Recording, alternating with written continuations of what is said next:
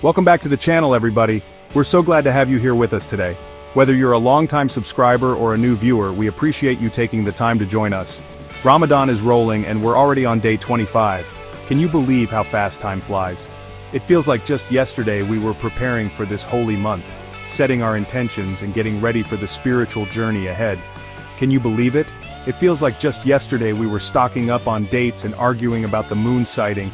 Those early days of Ramadan are always filled with so much anticipation and excitement, and now, here we are, deep into the final stretch. Time flies when you're fasting, praying and trying not to swear at your family, am I right? But in all seriousness, these moments are precious. They remind us of the importance of patience, self-control and the bonds we share with our loved ones. But this isn't just any other day, guys. Day 25 holds a special place in our hearts and our faith. It's a day that calls for deeper reflection and heightened spirituality. Day 25 is like the VIP section of Ramadan, the Platinum Lounge, you get the idea. It's a time when we push ourselves even harder to connect with our faith and seek forgiveness. It's a time when Muslims worldwide are kicking their spiritual game into overdrive. We're talking about late-night prayers, intense Quranic recitation, and a level of devotion that truly sets this period apart. We're talking late-night prayers, intense Quranic recitation, and enough self-reflection to make your head spin. It's a period of immense spiritual growth and personal development. Think of it like the final push before the big game. Except instead of winning a trophy, you're aiming for something way bigger. Spiritual enlightenment and a one-way ticket to Jannah, baby. This is the time to give it your all. So, buckle up because in this video we're breaking down the significance of Ramadan Day 25 and exploring why it's so crucial for Muslims around the world.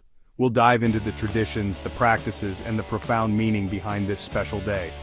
Get ready to get real, get reflective, and maybe even shed a tear or two. This is a journey of the heart and soul, and we're here to guide you through it. It's about to get deep in here. So grab a cup of tea, find a quiet spot, and let's embark on this spiritual exploration together. Trust me, you won't want to miss a moment of it.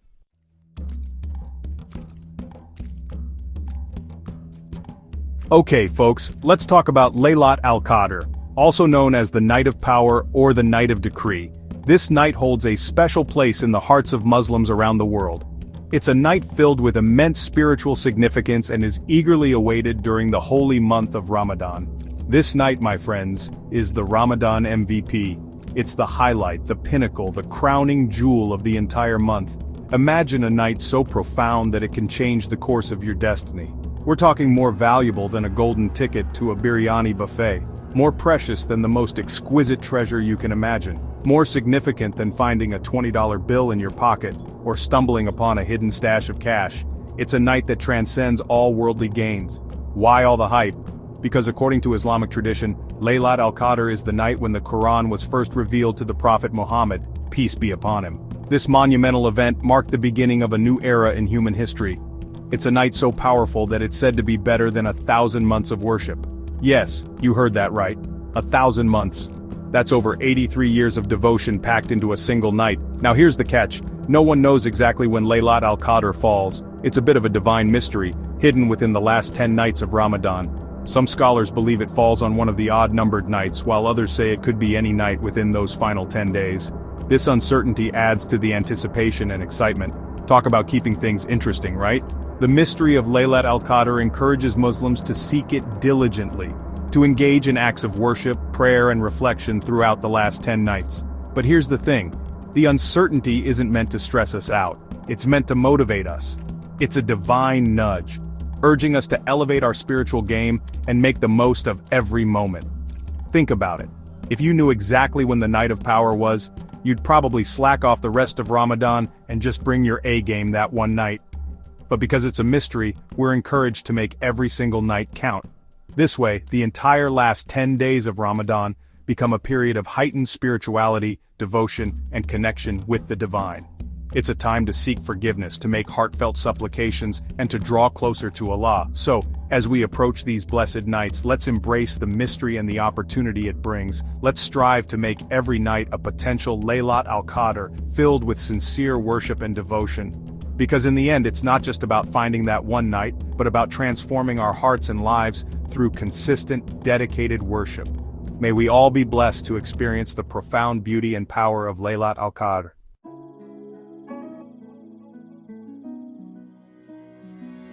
Alright, let's talk about tahajjud, the night prayer that's like the all-nighter of Ramadan.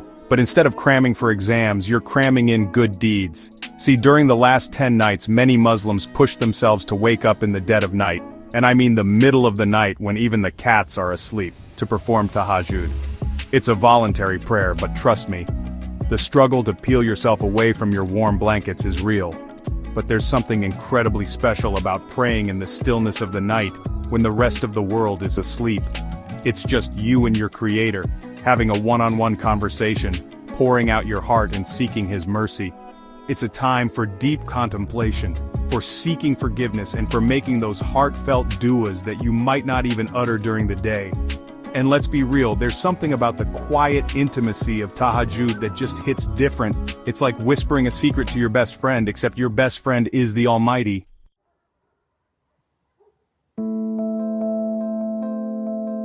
Alright folks, picture this. You're in the final 10 days of Ramadan. You're exhausted, famished, but spiritually, you're on fire. This is where some Muslims take their devotion to the next level by entering itikaf. Now, itikaf isn't about locking yourself in your room and binge-watching Netflix, though that's tempting, believe me. It's about secluding yourself in the mosque, disconnecting from the noise of the world, and plugging directly into the source of your faith. Think of it like a spiritual retreat. A digital detox for the soul. No phones, no social media, just you, your Creator, and an uninterrupted flow of prayer, reflection, and Quranic recitation. It's intense, it's demanding, but the rewards? They're out of this world. Itikaf is like hitting the reset button on your spiritual life. It's a chance to reconnect with your purpose, recharge your faith, and emerge from Ramadan stronger, clearer, and more connected to your true self.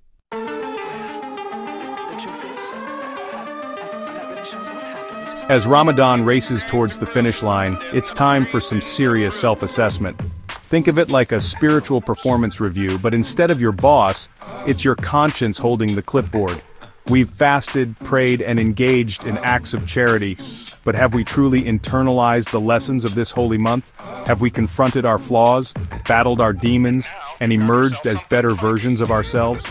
Ramadan isn't just about abstaining from food and drink, it's about abstaining from negativity, from harmful habits, from anything that distances us from our Creator. It's about detoxing our hearts and minds, cleansing our souls from the inside out. This period of introspection is crucial. It's about acknowledging our shortcomings, celebrating our victories, and setting clear intentions for the future.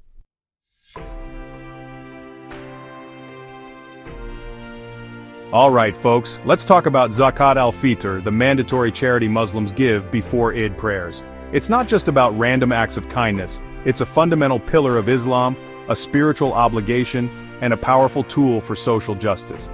Think of it like this: you've spent the entire month of Ramadan focusing on your spiritual growth, cleansing your soul, and drawing closer to Allah. Now it's time to share those blessings with those less fortunate. Zakat al-fitr is like a spiritual cleanse for your wealth. It purifies your earnings, reminds you of the blessings in your life, and helps alleviate the suffering of those in need. It's a beautiful expression of compassion, solidarity, and social responsibility. It's about acknowledging that our wealth isn't solely ours. It's a trust from God, and we have a duty to share it with those who are struggling.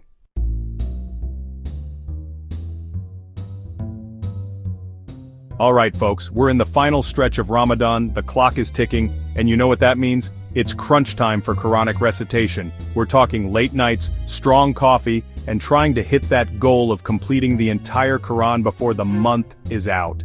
It's like the spiritual equivalent of finishing that Netflix series you've been binging, except instead of finding out who the killer is, you're unlocking deeper levels of faith and understanding. And trust me, the plot twists in the Quran are way more mind-blowing than anything on TV. But it's not just about speed reading, people. It's about absorbing the words, reflecting on their meaning, and letting them guide your actions.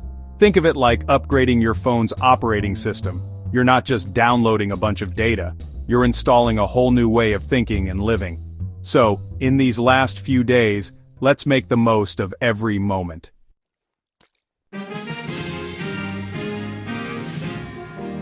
Okay, let's talk about gratitude. Not just the thanks for the food kind of gratitude, but the deep, soul-stirring kind that makes you realize how blessed you truly are. And Ramadan, my friends, is the perfect time to cultivate that feeling. Because let's be real, sometimes we get so caught up in the hustle and bustle of life that we forget to appreciate the little things. The roof over our heads, the food on our tables, the love of our families. These blessings can become like background noise if we're not careful. But Ramadan reminds us to hit the pause button, to take a step back, and acknowledge all the good in our lives.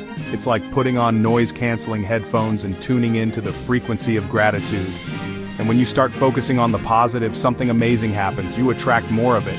It's like the universe is saying, oh, you noticed? Here's some more to be thankful for.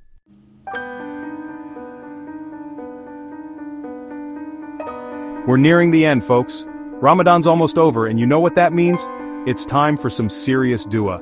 We're talking heartfelt pleas, tears of sincerity, and that raw, vulnerable connection with the divine. Because here's the thing about worship. It's not about checking boxes or racking up spiritual brownie points. It's about the intention, the sincerity, the pure desire to draw closer to Allah. And that's where dua comes in. It's our direct line to the Almighty, a chance to lay bare our souls and ask for guidance, forgiveness, and acceptance. It's like hitting send on that email you've been drafting all month, pouring your heart out and hoping it reaches its destination. But unlike emails, which can get lost in spam folders or accidentally deleted, our duas are always heard. And that, my friends, is a truly comforting thought.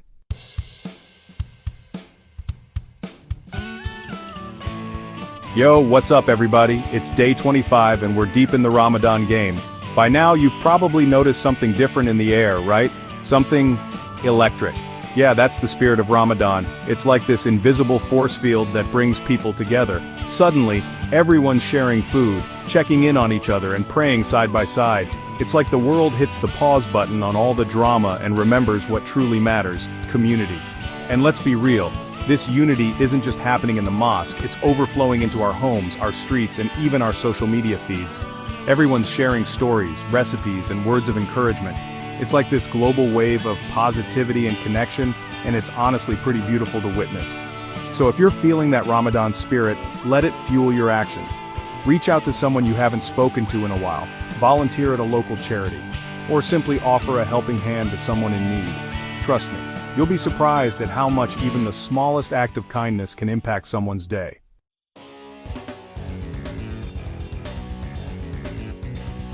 Alright folks, here's the thing about Ramadan. It's a crash course in spiritual growth. It's a time when we push ourselves to new heights, both spiritually and emotionally. We fast from dawn till dusk, abstaining from food and drink, but also from negative behaviors and thoughts. It's a period of intense reflection and self-discipline. For 30 days straight, we're fasting, praying, giving to charity, and generally trying to be the best versions of ourselves. We gather with family and friends to break our fasts, share meals, and extend our hands to those in need. It's a beautiful cycle of giving and receiving, of community and compassion. But what happens when the clock strikes Eid and the Ramadan decorations come down? Do we pack away our good intentions along with the festive lights? It's a question worth pondering because the end of Ramadan shouldn't mean the end of our spiritual journey. Do we just hit the reset button and go back to our old ways? Do we let go of the patience, the kindness, and the discipline we've worked so hard to build? It's easy to fall back into old habits, but we must strive to carry forward the lessons we've learned. I mean, we could, but wouldn't that be a shame? Imagine the progress lost, the growth stunted. It's like planting a garden and then neglecting it, allowing the weeds to take over. We owe it to ourselves to nurture the seeds we've sown. It's like spending a month training for a marathon only to trip over your shoelaces a mile from the finish line. All that effort, all that dedication, wasted in a moment of carelessness. We must remain vigilant and committed to our path. The real challenge, my friends, is to take all the good habits we've cultivated during Ramadan and make them stick. It's about more than just a month of good deeds. It's about a lifetime of positive change. We must integrate these practices into our daily routines. It's about integrating those acts of worship, kindness, and self-discipline into our daily lives, even when the pressure is off. It's about making these actions second nature so they become a part of who we are, not just what we do during Ramadan. Think of it like this. Ramadan is like boot camp for the soul. It's a time of rigorous training pushing us to our limits and helping us discover our true potential. It's a period of transformation, where we shed our old selves and emerge renewed. It's intense, it's demanding, but it pushes us to be better. It challenges us to rise above our weaknesses and embrace our strengths. And just like any good training program, the goal isn't just to survive the month-long intensive, it's to take those skills and apply them to the rest of our lives. So, as we move forward, let's remember the lessons of Ramadan. Let's carry forward the good deeds, the acts of kindness, and the moments of reflection. Let's make every day an opportunity to grow, to give, and to be the best versions of ourselves. Because the true essence of Ramadan isn't confined to a single month, it's a lifelong journey of spiritual growth and self-improvement.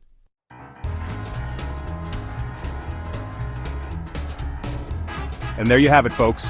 Day 25 of Ramadan, where we're reflecting on unity, prepping for Eid, and figuring out how to keep those good vibes going long after the last iftar. Thanks for watching. If you found this video informative, don't forget to like, share, and subscribe. Let us know in the comments how you observed the 25th day of Ramadan. See you in the next video.